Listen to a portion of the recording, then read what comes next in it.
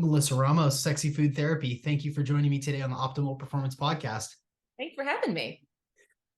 I was just about to break down and start crying and wringing my hands and freaking the fuck out about parasites. I literally cannot. It's now a part of so many conversations that I have, so many interviews that I have from people, Rob Stewart, who's like a skin eczema health recovery expert, a combo therapy, which is the toad venom that you put on your skin, which is peptides, which is anti heavy metals and anti-viral, fungal, anti-parasitic. I did an episode with David Avocado Wolf a couple of months ago, and it was just like, we're talking about archons and parasites, all turtles all the way down, just they're everywhere. So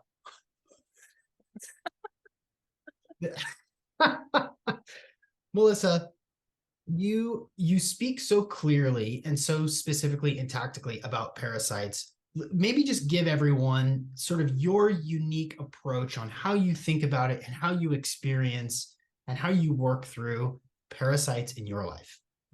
Okay. So we all have them. I think that's the first thing to understand. There's a saying in the functional medical community that if you have a pulse, you have a parasite. And it's true.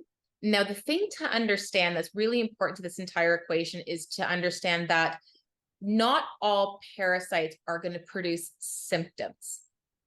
So the host, us, and how we function and show up in our lives greatly matter. So, for example, if you have this really long period of work, you are burning the candle at both ends, and you're like, oh, there's a vacation coming up. I got to tie up all the loose ends so I can finally go on vacation. And then you go on vacation, and what happens? You get sick. Yeah. And I think a part of that comes up to things are catching up. Now, this has happened to me where I did a launch, for example, with the program. I was like hustling, doing all the things. And then as soon as it was done, that's when I got sick. And that's when the parasites that I did have in my system really acted up because I was in this vulnerable state. Right? Now, this isn't to say, and we're going to talk more about this, this isn't to say that you shouldn't do annual maintenance parasitic detoxes, which I feel that everybody should do, versus someone who's in a chronic health condition. They may require more and longer parasitic detoxifying protocols just for an interim until we can get them to a better state of health. But we know that why somebody is sick, I always say it's like a marriage that falls apart. It's never one thing. This is why I stopped saying root cause, because it gives this implication that one thing led to their health issues, and it's simply not the case. There's a bunch of causative factors, right? So with parasitic detoxification, well, why do we have them? We have them from a variety of different avenues that we can dive into, but it doesn't always cause symptoms. And for other people, the symptoms that it does cause can be all these symptoms that you wouldn't have correlated to parasites. One that we see most often, because I work primarily with women, is anemia. Parasites feed off of iron. So oftentimes we'll see ferritin, which is the measurement for how much iron your body is storing, will be low. And it's my full belief that the body is this remarkably intelligent vessel that knows when to shunt cortisol, because it's like, hey, there's this pathogen here. We got to shunt this down so it doesn't gobble up this iron. So we're going to shunt it down as a protective response. So we'll see a lot of women, go on iron supplementation to iron supplementation, and iron supplementation does feed parasites. Now, I'm not saying don't take iron because the form matters, but I think it's important to address why that ferritin is always shunted, right? And so that's one of the many symptoms that oftentimes we don't correlate with parasites. Or there could be other symptoms like mental health issues that people don't correlate, oftentimes because they're told a different story, or because it's simply normalized that, well, this is just how I am. My mom had this, right?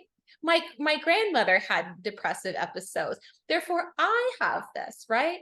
So I think that there's such a wide variety of symptoms that can come out due to parasitic infection, but oftentimes they don't cause any symptoms, and some of them that they do cause can be kind of mysterious for a lot of people.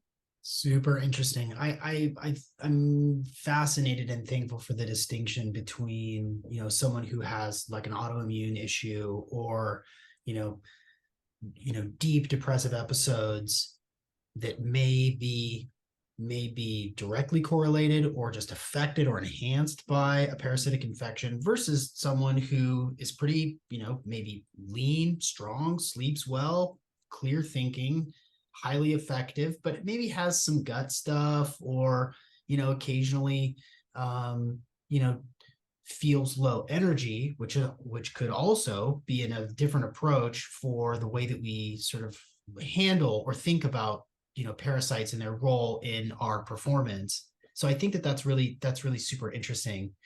um and man, you're already blowing my mind. This sort of generational thought of, well, my mom was like this and my grandmother was like this or had this. What a great place to start. um what are the different types of parasites? So they come in different categories. So the categories are the protozoans, and those are the ones that we're not seeing pictures on social media of because these are the microscopic ones. Okay. They still can cause a lot of issues. So those are the protozoans. Then we have the helminths, and the helminth category are the worms. The ones that we see photos of on social media, people go, oh my God, this is what I've eliminated.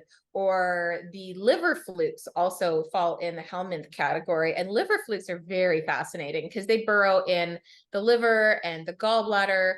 And when we eliminate them, they can really look like a variety of different things. They can look like yellow blobs. They can look like rolled up tomato skins.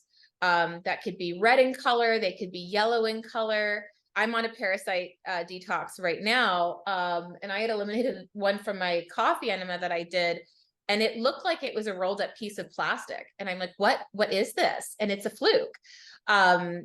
There's also eggs as well, that oftentimes when people will rely on stool testing for parasites, which I think is really short-sighted because there's a lot of problems with stool testing that often misses a lot of parasites. But the helminth category is one that we see the photos on social media. The third category is ectoparasites. And so ectoparasites are the types of parasites where they live outside of their host. So those are the blood-sucking arthropods. So things like ticks, mosquitoes, and those end up, like ticks, for example, will bite onto a human and then they will transmit a bacteria. But the tick itself is considered an ectoparasite. So this is where it can get kind of confusing because people go, well, the ticks can give the bacteria Borrelia that leads to Lyme. I'm like, yes, but the tick itself is technically considered an ectoparasite. So when we are working on parasites, oftentimes people will always expect something to be eliminated and to see something as a measure of success. And that's just simply not the case all the time. So you have to remember that. And as I mentioned, I don't think stool testing is a very accurate form because what most people don't realize is that parasites, many of them secrete an enzyme that after you've pooped, they secrete an enzyme that causes them to self-dissolve within 24 hours. So imagine you are picking, if you've ever done a stool test, you will know you get something that looks like a burrito bowl and you have to poop in it. And you have to take various parts of that poop and put it in a little sample. But problem number one, it's only testing for the parts of the stool that you picked.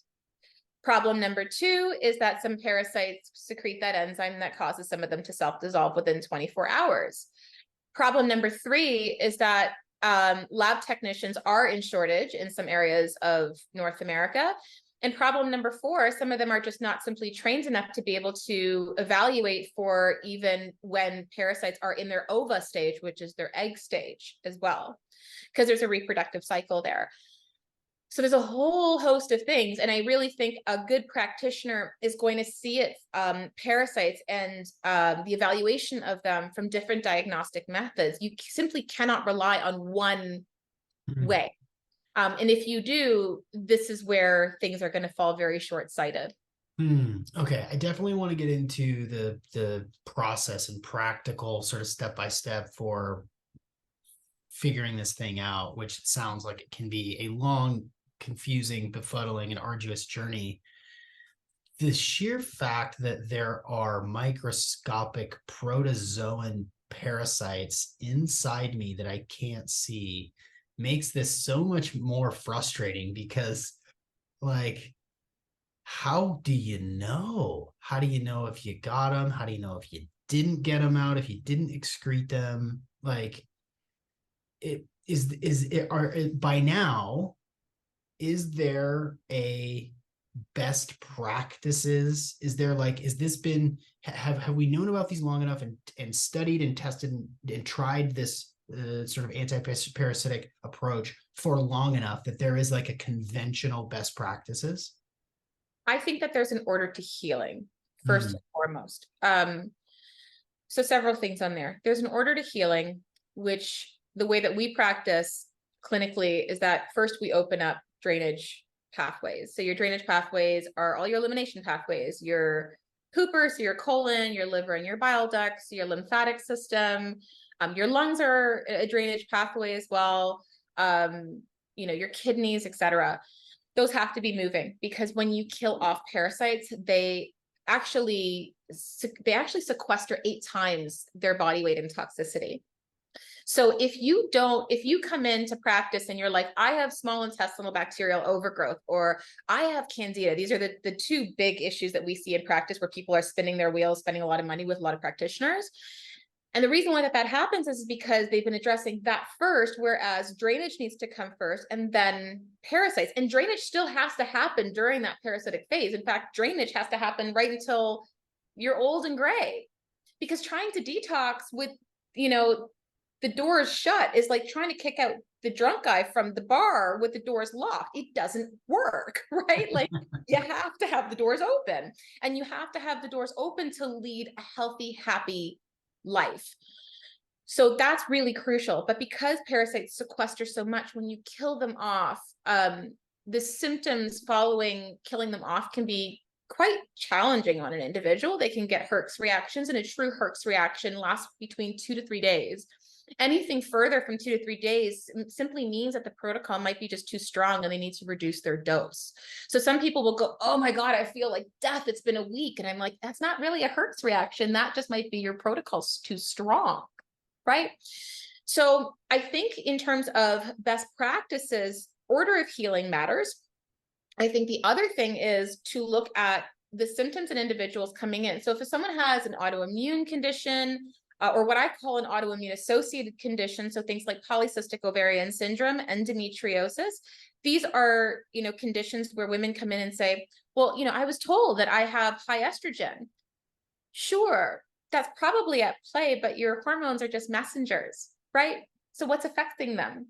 And there's more than enough studies to show the immune dysregulation that occurs within a lot of these conditions that then offsets that hormone balance. Like you don't have endo growing like crazy just because there's high estrogen. Sure, that causes it to proliferate, but it's not what caused it. So that's certainly one of the areas. Hormones as well. I always think parasites are a big starting ground for women who are struggling with hormones and autoimmune conditions. But mental health has a huge role in that because parasites can manipulate, steal, and inhibit a lot of our neurotransmitters, GABA, serotonin, like a plethora, dopamine, like all these neurotransmitters that can be affected just simply based on parasites at play. Even when you're doing parasitic detoxification, it's not uncommon sometimes to feel like weird tingling or cramping pains. Like I've gotten them in my like liver and gallbladder region where it just starts to kind of cramp a bit. I know something's going to be released. I know it's going to be released. And sure enough, a couple of days later, by opening up the doors, i.e. a coffee enema, for example, I see it, Mm. So there's many, many things And I usually feel that parasites are an integral first step. And if we know that everybody has them, why wouldn't we focus it as one of the primary steps? They sequester bacteria, they sequester mycotoxins from mold, from candida, heavy metals. And, you know, we hear this term, for example, adrenal fatigue. I've got adrenal fatigue. Sure, if you're burning the candle at both ends, you're not sleeping, you're going to be burnt out. But then you have the subset of individuals who come into practice and they're like on this truckload of supplements, of all these adrenal supplements. And they're like, but I'm doing the meditation, I'm doing the breath work, I'm doing the things, but I still, my cortisol levels are still like, you know, flatlined. Why? Sure, your circadian rhythms can be imbalanced. Sure, there could be these things happening. But for once, can we just give our bodies a little bit of the benefit of the doubt? They're these remarkable vessels that are quite intelligent. The body is shunting cortisol for a reason, a protective mechanism, whether it's elevated or it's low. And stress is not just mental stress. Stress is also physical stress. The body doesn't know how to interpret, like, oh yeah, it was my mother-in-law who pissed me off, versus it's this, you know, internal parasite that is also pissing off my body that's leading to a level of stress. So in my opinion, it's always the first starting point. And when you have chronic health conditions, you know, depending on the individual, we will do like anywhere between 4 to 6 weeks of a parasite detox. And we'll probably do that like 3 different times in the year with the individual, and then retest them with blood as one of the ways that we evaluate parasites through various markers that we can talk about. And then we also use the bioresonance test, which a lot of people will push back on and go, oh my God, that sounds so woo. But there's a reason why we also switched to that. And I can talk about that as well. For an individual who's in pretty good health and they're like, you know, should I be detoxing parasites? My answer would be, yeah. You know, we can get parasites through toilet seats, through, we go to a restaurant, the food hasn't been washed properly, or washed with water that wasn't filtered. I have 2 dogs. I'm not going to stop kissing them.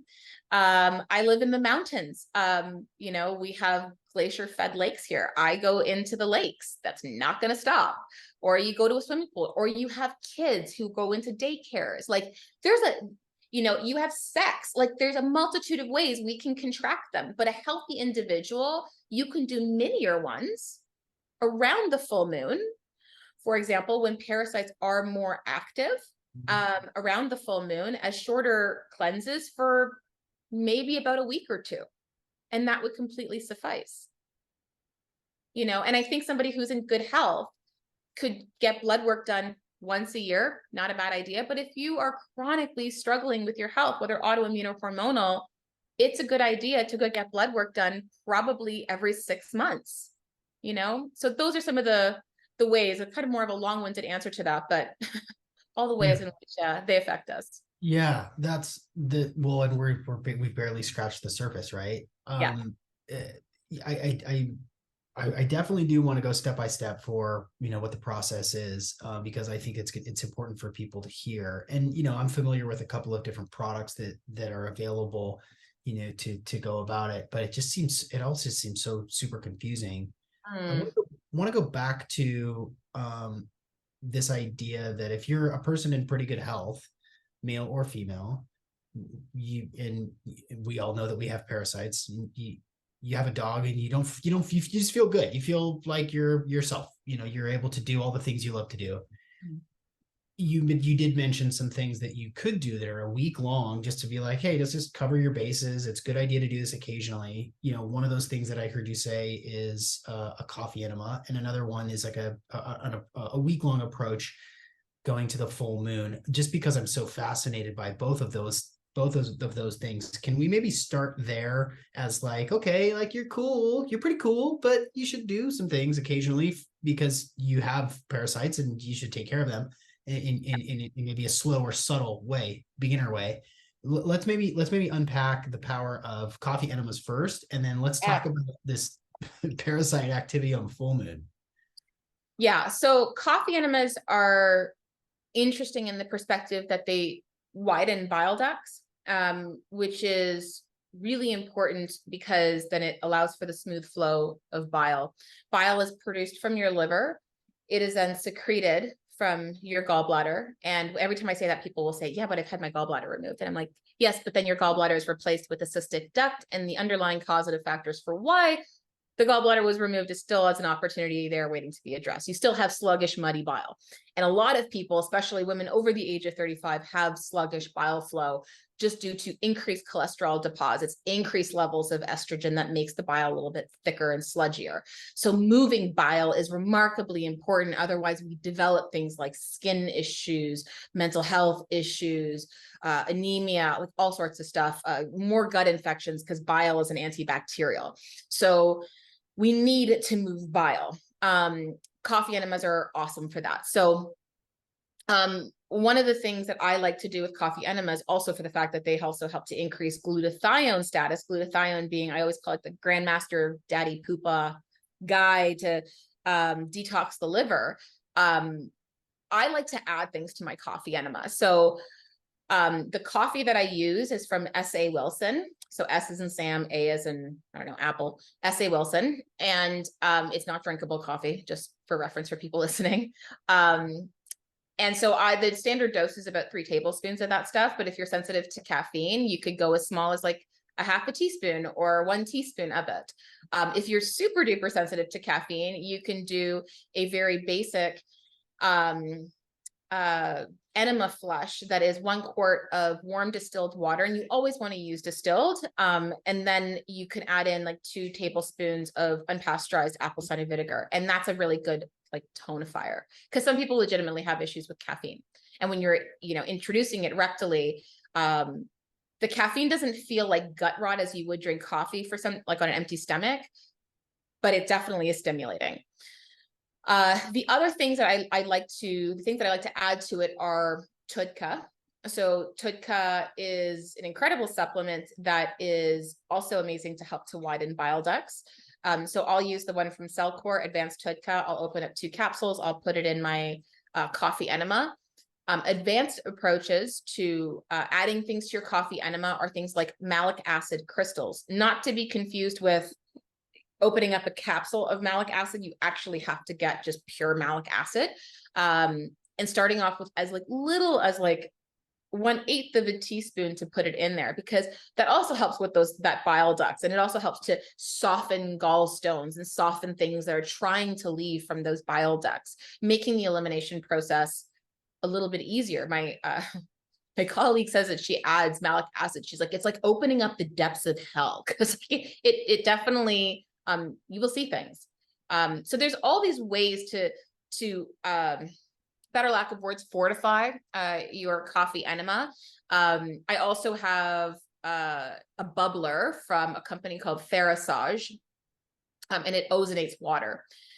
It's a super inexpensive little machine. And I bubble water when I'm like washing produce, for example, because we talked about how that's one of the ways that we can contract parasites is through improper handling of food.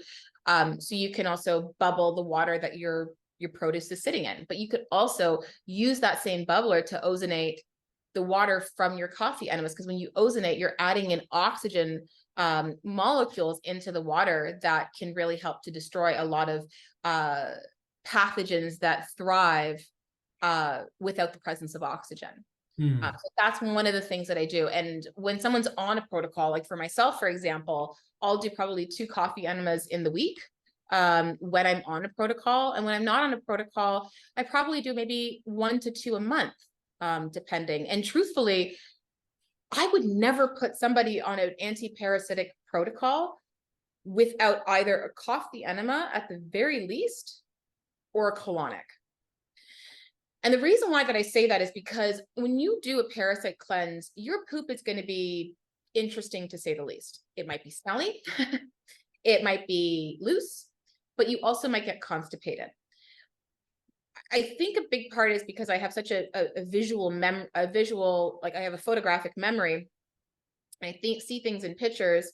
I always picture these parasites with like little protest signs like, hell no, we won't go. And they do not want to leave your body because they want to stay in their host to survive, right?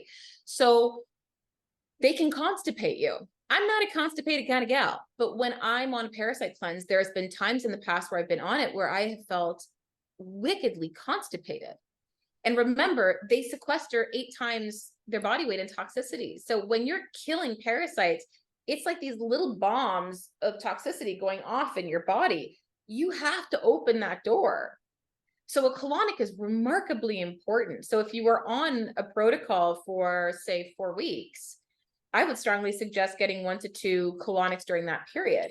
If you're on a protocol for, say, just a week because you're doing something maintenance, I would strongly suggest a 2 coffee enemas that week, or if you can, a colonic in that week, and you really will help quite a bit of the symptoms that you may experience during that period of detoxification. Mhm.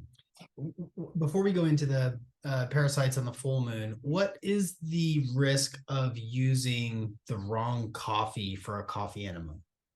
So great question. So one is that many coffee is a highly sprayed crop, and we don't want to be putting that up our butts. We don't, also, there's a lot of mycotoxins. Mycotoxins are the toxins produced from mold. And coffee can be a very moldy crop. So you got to be a little bit careful in getting something that is, there are many companies that manufacture specifically coffee for the purpose of enemas, and that show a level of purity in their processing. S.A. Wilson is one that I've just always used. It has a really good reputation. I don't have any affiliate towards them at all, but it's just what we've always used in practice.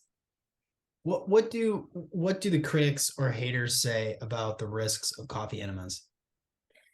Some critics will say, this doesn't work. You don't need to detox. Like, I think sometimes it goes back to that your body can detox on its own, and it can, but like we live in a very different world than we did, even 50 years ago. That it can be harmful. Truth be told, there's a lot of benefits to it that we see, and like especially clinically, the proof is in the pudding. So I mean, a lot of naysayers will say the same thing with parasites. It's like, well, we don't have parasites. And it's just simply not the case. It's if we see the improvements in our patients go from someone who's had horrible skin or, horrible thyroid antibodies that were just through the roof, to seeing a lot of normalization, a lot of their symptoms, that their quality of their life is improved. So I always just look at the proof in the pudding. Okay, let's now go to thank you for letting me jump around. And yeah, absolutely. so now let's talk about parasites on the full moon. Yeah, parasites during the full moon. So a couple of things. Full moon in the evenings. So parasites are more active in the evenings. To kind of build onto the full moon, if your symptoms get worse, and I ask this of people listening in, if your symptoms are getting worse around the evenings, where all of a sudden you're having problems sleeping, your anxiety is worse at night, you have an itchy bum, or during the full moon, right? The connection with the full moon is that serotonin levels increase. And that's the neurotransmitter that we often associate with like the feel-good happy hormone. And parasites thrive on serotonin, and they use that neurotransmitter to be able to move more freely within the body. So it's no surprise, at least to me, that when we see that connection, that there is a big connection with full moon and serotonin, because even before, when I was talking about how there's a big role with parasites in mental health and those neurotransmitters, well, serotonin's a neurotransmitter, and it's technically higher during the full moon, and that just causes them to mobilize. So that's a good time to double down and get them out of there? Yeah. So if I was working with someone who was struggling with a chronic health condition, we would do 4 weeks to 4 to 6 weeks, depending on the individual and their level of strength walking in, because they might be, just at a point where we have to go low and slow with them because they might be really depleted. So that their approach might be slightly different. But if the person's like, yep, I'm ready, I can do this, I feel pretty strong walking into this, we would do, a normal conservative dose in the beginning. I go low and slow. We might titrate up the dose a bit, but around the full moon, I usually go quite aggressive on some of the supplements, quite aggressive on some of the drainage tactics that are there. It's the same reason why, for example, if I have someone doing a coffee enema, we're adding TUDCA in there just by nature of opening up those, really trying to open up those drainage pathways, because that is a big thing. When people come to me and say, I've done parasitic protocols, they haven't worked. And I go, either you didn't do it long enough, you didn't take binders, which are extremely important because you have to bind, because remember, the toxicity that's released is huge, the chemicals, et cetera, is huge, or your drainage pathways weren't open, or the dose wasn't correct for you. And some parasites are remarkably stubborn. They don't want to leave their host. They just don't. It is better if we eliminate them intact. So for example, a tapeworm that comes out of an individual, it's better that we see it intact, right? Like a nice, good, full tapeworm. But sometimes I had one patient whose tapeworm, it was coming out in slices almost. And at first I was like, she sent me a photo of it and I said, did you eat garlic? Because it looked like garlic cloves. And she couldn't eat garlic because she was allergic. So there's no way I would eat garlic. I'm allergic to it. Like I get really ill. And it was actually what we had come to realize, it was a tapeworm, because as more were coming out, we were seeing like sections of it that were coming out. And that's kind of really problematic. It's not ideal when that happens, because again, the toxicity that's released is so high when they're coming out in fragments, versus sometimes, and again, these are in the helminth category because they're the worms, but you know, there's some hookworms that we see, they can be up to like 24 inches long. It can be extremely long. We had one woman who has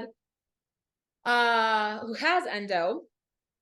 Prior to eliminating a very long hookworm, she was having just severe lower gastrointestinal pain. And she's like, I don't know if it's like my tummy's hurting or my pelvic regions. It's hurting. And she'd go to the bathroom and she was eliminating these very large blood clots through her stool, which was really interesting and very troubling to think, like, why am I eliminating blood clots through my stool? This is not my menstruation. And then right after that had happened, a massive hookworm had come out.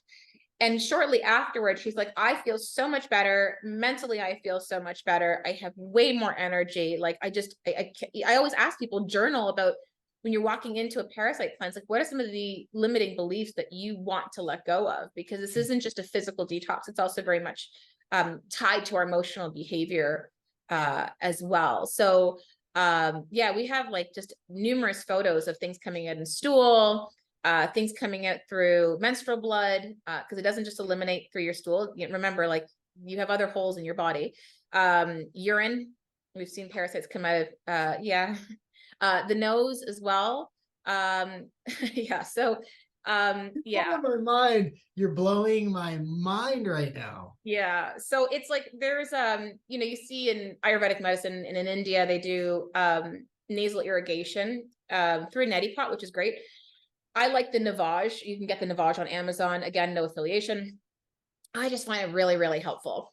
And so when I use the Navage, it comes with these little saline pods. It makes kind of like the mixture of the salt to the water very easy to figure out. So it's just, here's a pod done.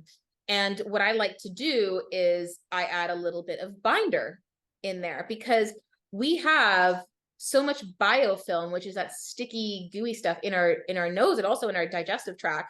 And it sort of cleans that out. But I had a woman who had chronic sinus issues, and literally it was like an entire little worm that had come out. So yeah, it's not just through your stool. It's most commonly seen through stool, but not just through your stool. Gosh. You are blowing my mind. I am so glad we're talking, because I feel like this is the beginning of some important work that I need to do for myself.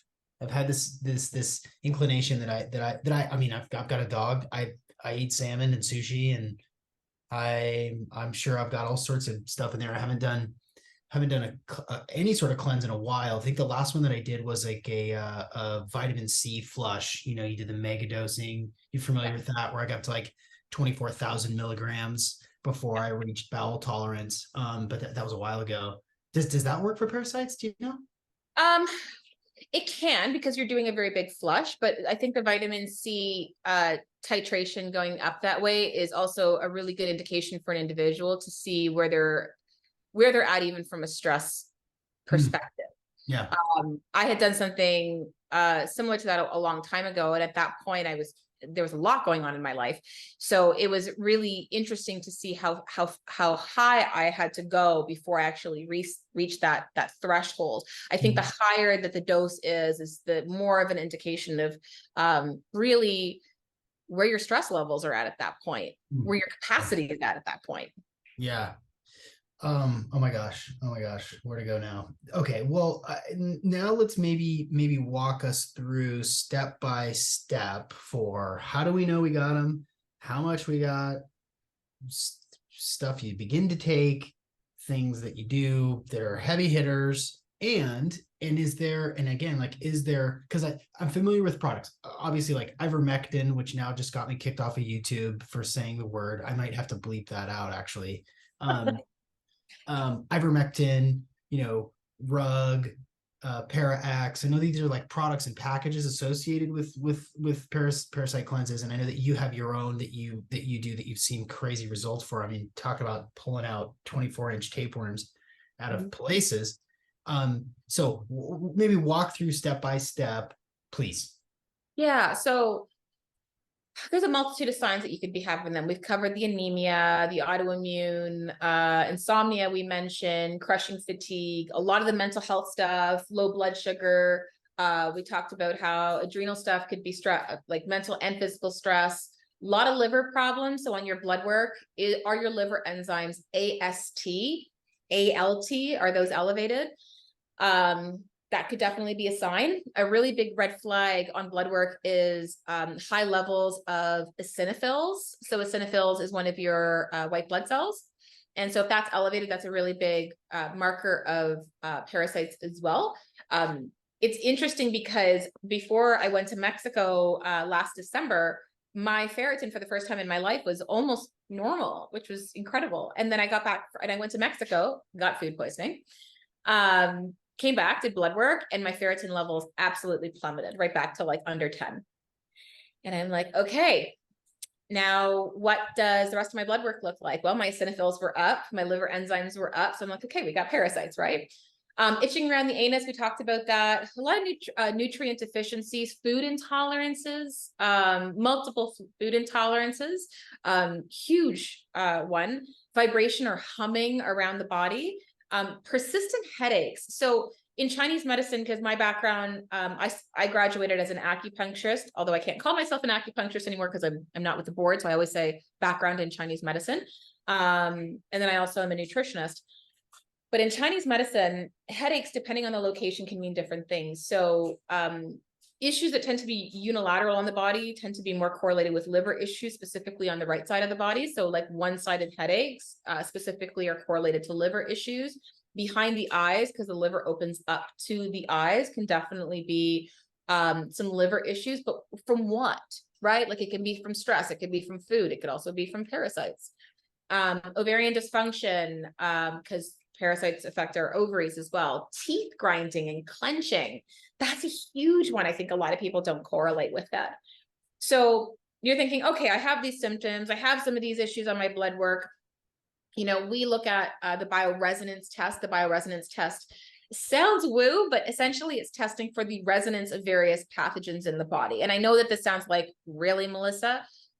And it took me a while to kind of jump on board with this notion of the bioresonance test. But the reason why we ended up switching with it is because parasites don't just live in your stool. They can live anywhere in the body. And with the bioresonance test, we were seeing a remarkable amount of accuracy with it when coupled with other diagnostic methods like blood and also a patient intake form, because you don't just assess a patient based on paper, you assess a patient based on the person, right? So you have to look at, the intake form as well. But we will see on the bioresonance test, is there a blood fluke? Is this parasite something that lives more in the urinary bladder? Where does it live in the body that we might not have seen it in stool? So that's also kind of like looking at the next step of the diagnostic method. So we see it as various ways as a practitioner. Then we get to, okay, well, what supplements do we use? So I definitely have developed a generalized parasitic protocol for sure. Now, I don't suggest it for everybody because I prefer as a practitioner, obviously, to get very targeted, right? So when I see what kind of parasite they have, then I want to evaluate, well, what type of product do they require for that type of parasite? So the dreaded horse paste, for example, that everyone talks about for parasitic work, is really great if you have, say, strongyloides, but it's not going to be effective for every type of parasite. It's why when people on social media will say, well, Melissa, isn't black walnut hull great for parasites? And I said, well, it could be, but depending on what type of parasite you have. So I like to get very focused on that. And I think that that's where ultimately we end up getting results.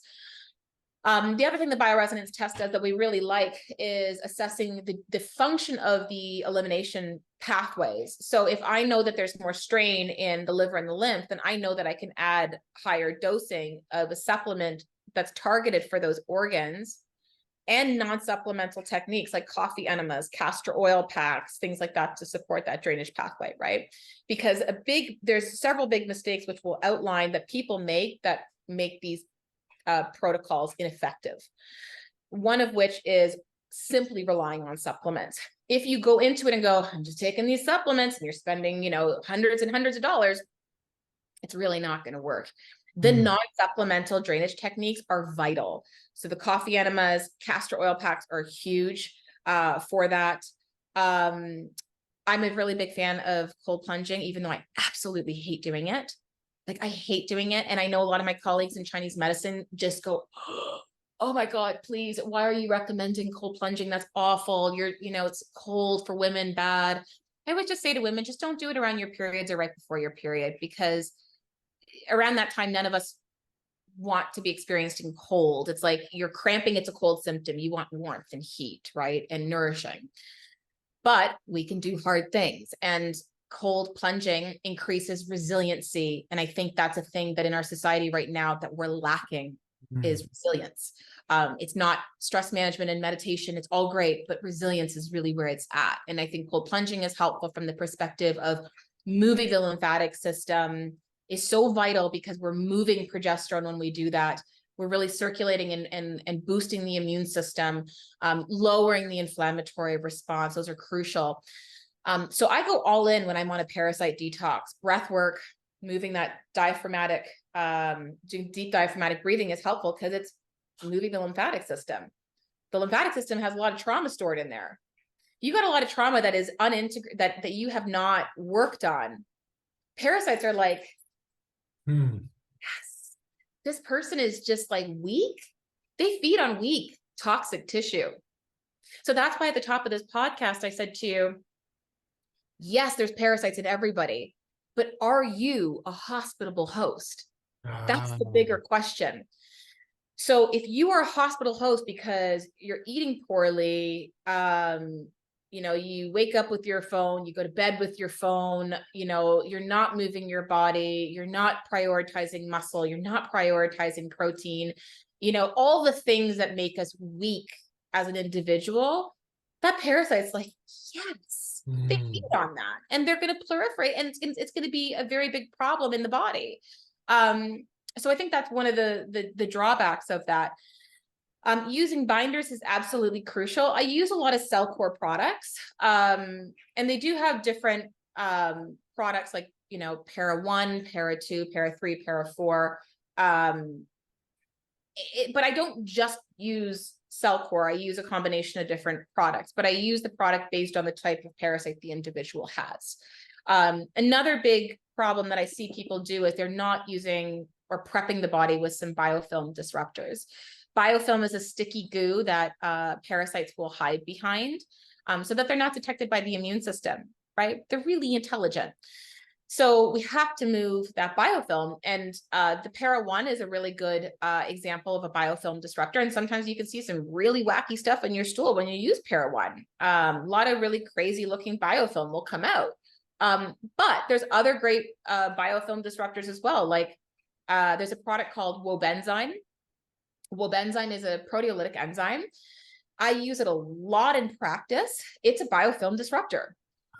But I used it for, I got it suggested to me for the repair of an ankle sprain. I had no idea that it had that secondary effect.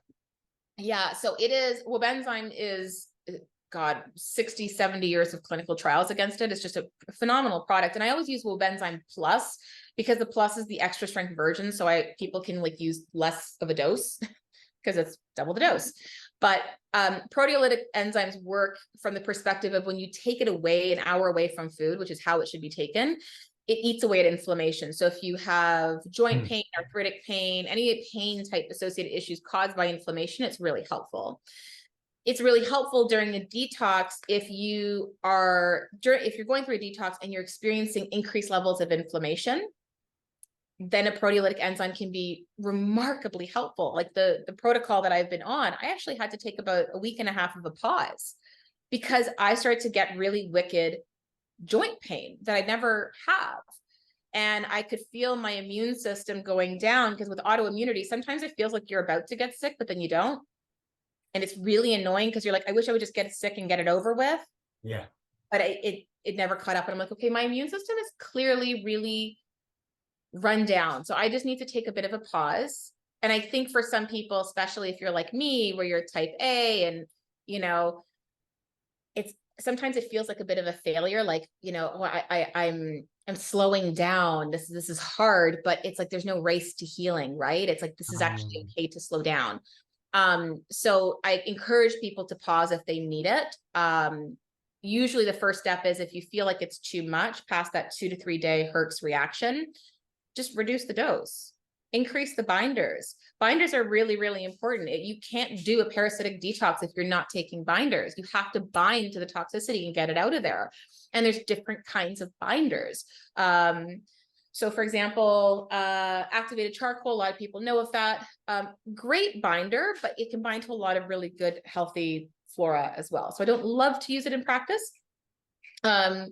I do like a lot of the Cellcore binders. I think they manufacture a lot of great binders. Like they have HMET binder, which is great for heavy metals. I have some tattoos, so I tend to kind of lean to that. I also live, in the mountains, lots of trees. We get fire season. Trees burn. They liberate a lot of metals because they absorb metals from the atmosphere. So people in fire-prone areas are going to be more exposed to heavy metals. So you should be taking a binder even during fire season that is more geared towards heavy metals and binding to those heavy metals. If you're on a plane, you're going to be exposed to radiation. There is a binder called VRAD Chem binder that's really great for radiation or CT scans. Like I've had a CT scan when I had an ovarian cyst that ruptured and tore off a piece of my right ovary back in 2010, almost killed me, right? So I know that I've had a lot of radiation as well. But they have different binders for different things. So it's really, really, really important to consider that. And of course, as we mentioned right off from the beginning, drainage. I can't emphasize this enough. It is so important to open up your drainage pathways before, during, even afterwards. Your body is processing so many toxins. It's like, if you can just make sure that you're draining, you will live a healthier, happier life. You will be more clear-headed. Drainage could be something as simple as like prioritizing more sleep, right? Women statistically need more sleep than our male counterparts. And it's really important to even just filter out that lymphatic system. So those are some of the big things that I would think about for parasites, from how do we have it? How do we test it? Some of the biggest common problems I see and how I typically go about it in practice. It came to my awareness recently around parasite cleanses and the fact that sometimes when you're doing a parasite cleanse, it will sort of liberate heavy metals that have been stored, right? And if you are not either doing a heavy metal detox in conjunction or prior, that you might just like liberate a bunch of heavy metals that have been kind of sequestered and stored and fed on maybe by the parasites, that when you get rid of the parasites, then like you release heavy metals. Is that a thing? Yeah. So I wouldn't do heavy metal detoxification prior. The way that I would do it is drainage, parasites, and you can add some heavy metal support. So for example, taking a binder that is more prone to, with heavy metals, like the HMET binder would be a good thing to consider. But more importantly for heavy metals is to make sure that you are working on the individual's mineral status prior to doing heavy metal work. Because if you simply do heavy metal detoxification, any level of detoxification requires strength from the body. So if you just jump into a heavy metal detox, the person can become very, very sick. So really focusing on mineral status, specifically magnesium. Magnesium is poorly absorbed through the gut. So yes, I would still say take magnesium bisglycinate or magnesium malate, still great. But Epsom salt baths, like absorb it dermally, or magnesium sprays, or a foot bath, like those are really great ways to absorb the magnesium. Potassium, very underrated for a lot of people. It is actually better absorbed through food than supplementation. So we need about 4,500 milligrams of potassium daily. If you were to count how much potassium you get in a day, I can guarantee you're probably not going to get that much. So, you know, this is where things like whether it's coconut water, eating beet greens, there's various drink mixes. Like there's one company called Bumble Root, and they manufacture like a drink mix that's pretty high in potassium. Medical medium, I'm not a huge fan, nor am I trying to throw shade on this podcast, but you know, there was a big celery juice craze, which can be super problematic for some people who have issues with oxalates. But I think that the reason why celery works so well is because it has such a really good ratio between sodium to potassium, and our cells work on a sodium to potassium pump. So if you had a really good healthy stock of celery and it juiced roughly about 2 cups worth, which is on average is how much it would produce, you're getting probably about 1,100 milligrams of potassium in that 2-glass serving, which is quite a bit. So I think that working on the mineral status is really important. And truthfully, I would be doing that upwards to a year before even considering doing deep heavy metal work. I think binding the heavy metals is really important. You can do some subtle heavy metal work, but things like chelation therapies and everything else, I think could be really problematic for a lot of people that can cause them to go the complete opposite end. Even considering like, you know, instead of throwing them into a heavy metal detox, like, so for example, heavy metal is a really big topic for people who have thyroid issues like myself. I have Hashimoto's. I also have tattoos. But another important aspect of that discussion is to evaluate toxic halides. So you're thinking of things like, you know, chlorine, you know, the fluoride in our toothpaste, bromine, all these things that actually inhibit iodine from being absorbed, right? Because minerals and metal, like minerals they're there in our atmosphere, they're everywhere. But it's a matter of like the balance that we have on our body. How much is our body absorbing of what we actually require? And we all have heavy metals. Like if you live, I don't know where you're based out of, but like I live like in a town of like 10,000 people, and I'm considering moving to a town of like 1,000, like right in the bush. You know, I'm like, cool, really far from all of human civilization. But my heavy metal detoxification might be a little bit less. But if I lived in a city or during fire season, it goes back up again. So then how do we thwart that? Well, we do a parasitic detox and we make sure our elimination pathways are open, but specifically to sweat. Like sweating is huge for metals. It's huge. If we're just trying to eliminate, our bodies are so remarkably intelligent. We don't give it enough of that respect to think our bodies can't eliminate a lot of these metals. Many of them. Some of them are a bit more stubborn than others, like lead is definitely a harder one to eliminate because it displaces calcium in our bones. It gives our bones a form of strength. It's a shitty form of strength. But then as women's and men's bones break down in their latter half of their life, that can lead to dementia. So certainly you can do chelation therapy, but I think a missing link to that is really considering the mineral status prior to walking into something like that. Otherwise you risk them getting very sick. That's the first time I've heard that. But it makes total sense to me. Is you want to arm the body with the right minerals so that when you're doing heavy duty stuff, that you're not just crushing your mineral status and making yourself sick, depleted, and tired and out of balance. Yeah, that's really interesting. And the fact that you say like maybe even up to a year before you do heavy metal chelation therapy is really interesting to me. I mean, I'll be honest, it's overwhelming.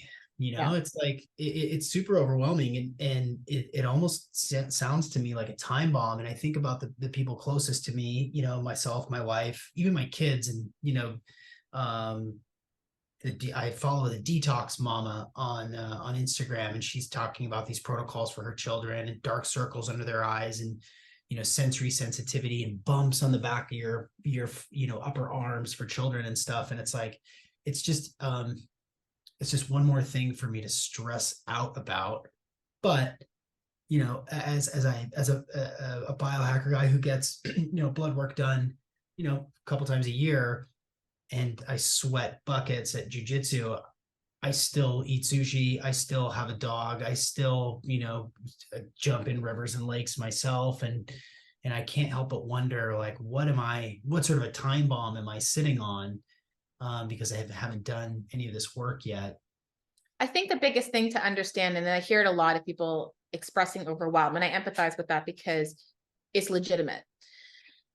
The thing that I try to reframe people when they feel that way, what helps me is to consider these are just opportunities waiting to be addressed, versus being like, there's just so much for me to do. Because when I talk about causative factors, people will say, oh, there isn't one thing, there's multiple things. And I'm like, yeah, but that means there's different opportunities that are there for you.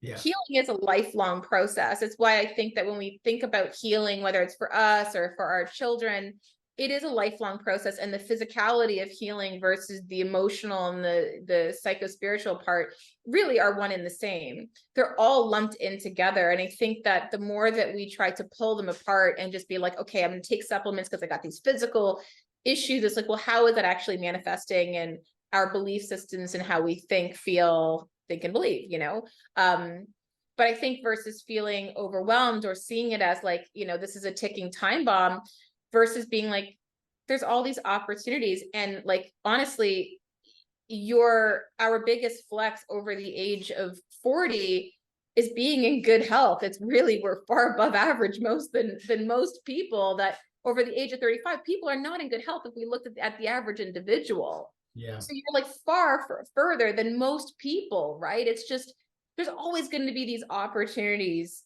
to be touched upon, whether it's like the physical things that are, you're like, I got this weird skin thing, or my kid has the dark circles under the eyes. Okay, well, what can we do?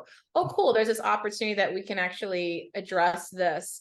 And I think that it's going to change your perspective walking into it versus feeling the angst walking into it. Because when we feel that angst walking into it, remember that these pathogens thrive off toxic tissues, and what creates toxic tissues is not just what we consume, but also how we think. Sure. Yeah, absolutely. Yeah.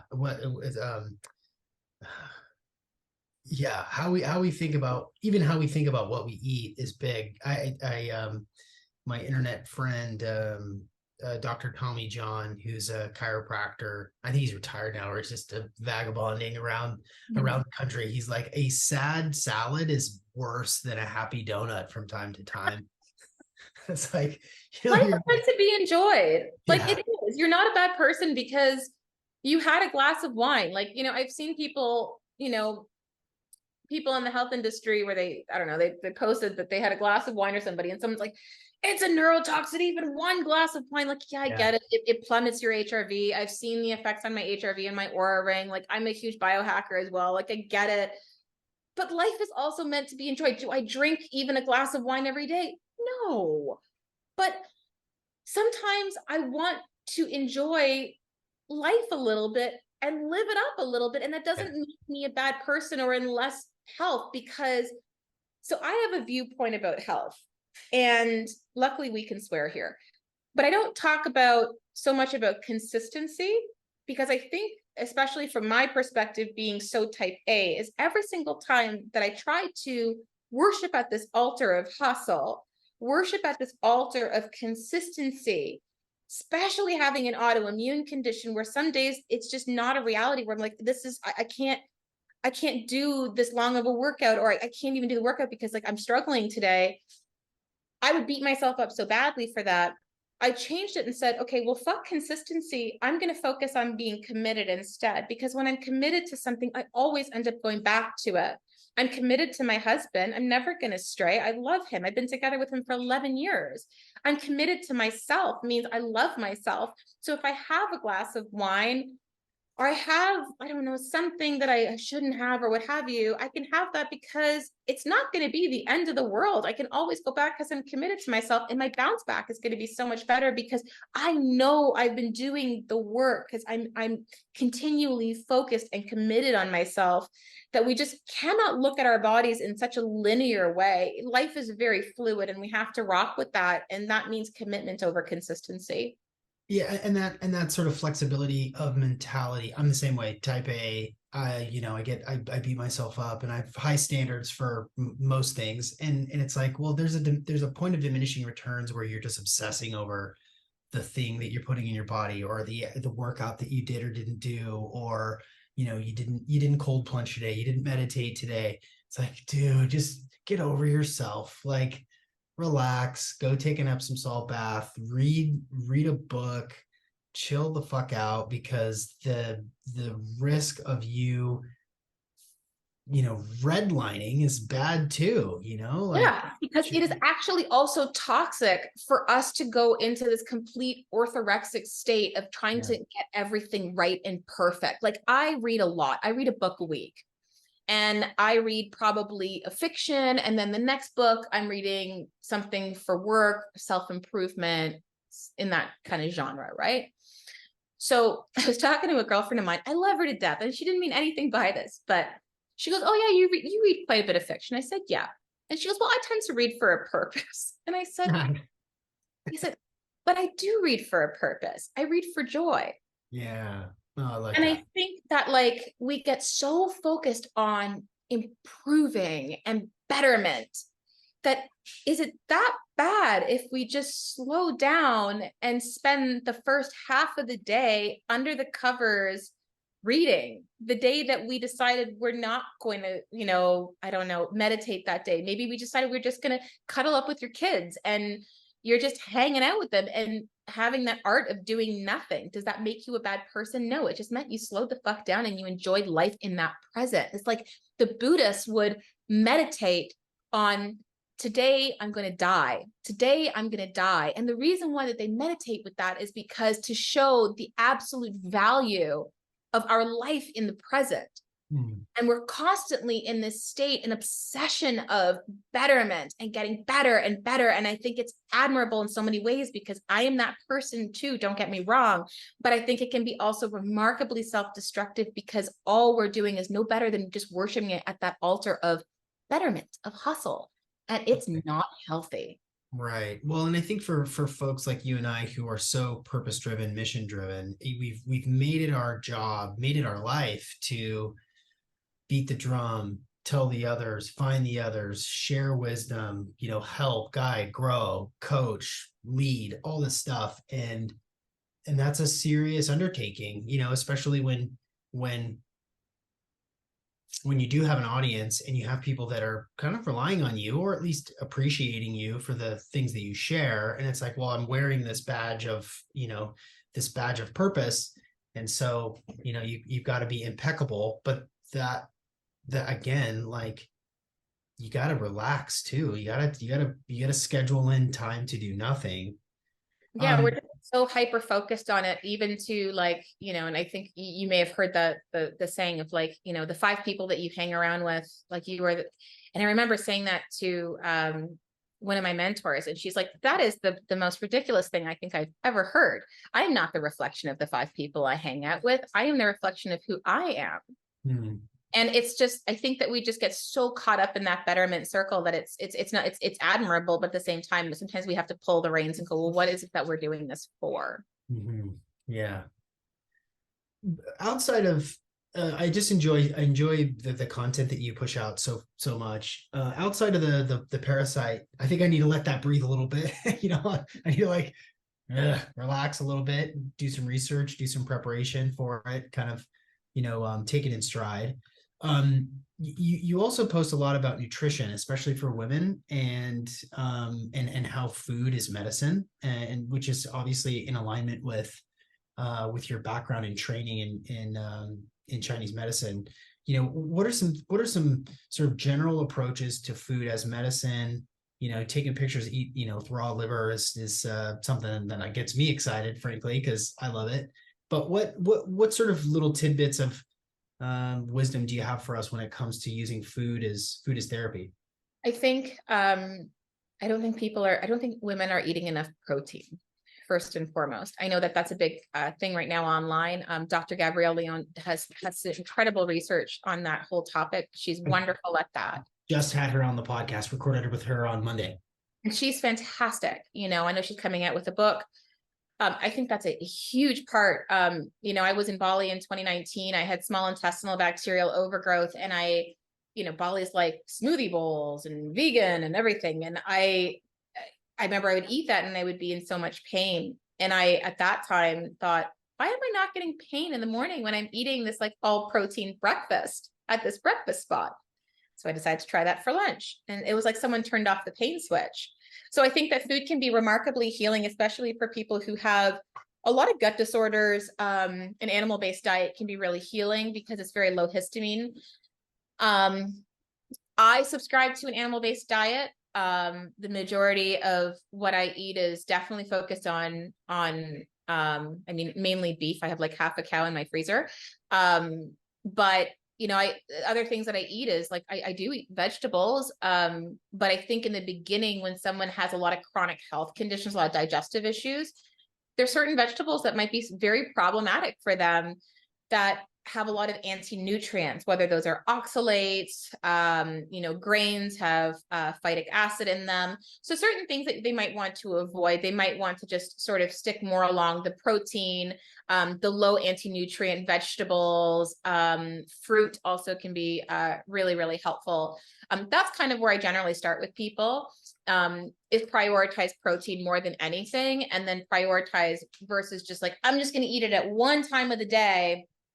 Probably not a good idea because you'll see the increased rates of sarcopenia there.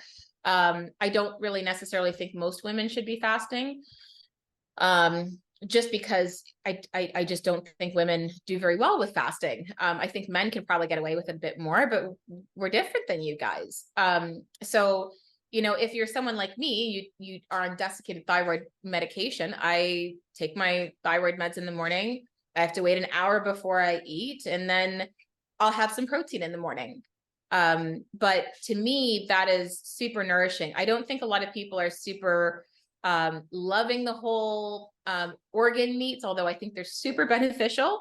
I would say like supplement various organ meats, whether it's like liver, or like I take blood vitality from Ancestral Supplements, which is a really good iron support. But there's so many different ones that I think, those whole food ways of getting in our micronutrients are really great if you don't want to eat them, which I understand. Cause like, if anyone's ever tried kidney, it tastes like pee. So it's not exactly something I would love to like consume. Right. But, yeah, I'm all for an animal-based diet, in short. Yeah, me too. My wife and I both really focus on protein consumption, and it's mostly meat, some fruit and vegetables, and Yeah. carbs occasionally. Um, this has been such an eye-opening conversation, and it's really kind of started, I think, the journey, the rabbit hole for me to do more research. Before I ask the final question, which is a fill in the blank question, where can people find you? Where would you have them go on the internet to learn more? So in social media, my place that I'm most active is Instagram. So they can just find me Sexy Food Therapy. That's where they can find me. And then my website is sexyfoodtherapy.com. But where you'll probably find me interacting more is on Instagram. So I would say to head over there and say hello. Awesome. Great. So the last question, it can really be based on anything. It doesn't have to be specific to parasites or anything in particular. And you can elaborate as much or as little as you want, but please fill in the blank. Everyone would benefit from knowing. Wow. Everyone would benefit from knowing.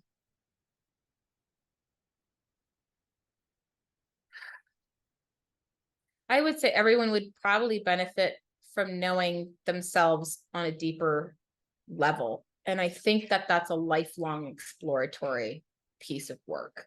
And I think knowing yourself on a deeper level isn't just into meditation. It's about doing a lot of the things that you promote on your podcast, you know, bettering yourself from a physical perspective and understanding the journey of it throughout is knowing all your quirks and kinks and all the things, you know, how your suffering had value, like all the things that make you as a human. Forget all the influences outside, the people you hang out with, everything.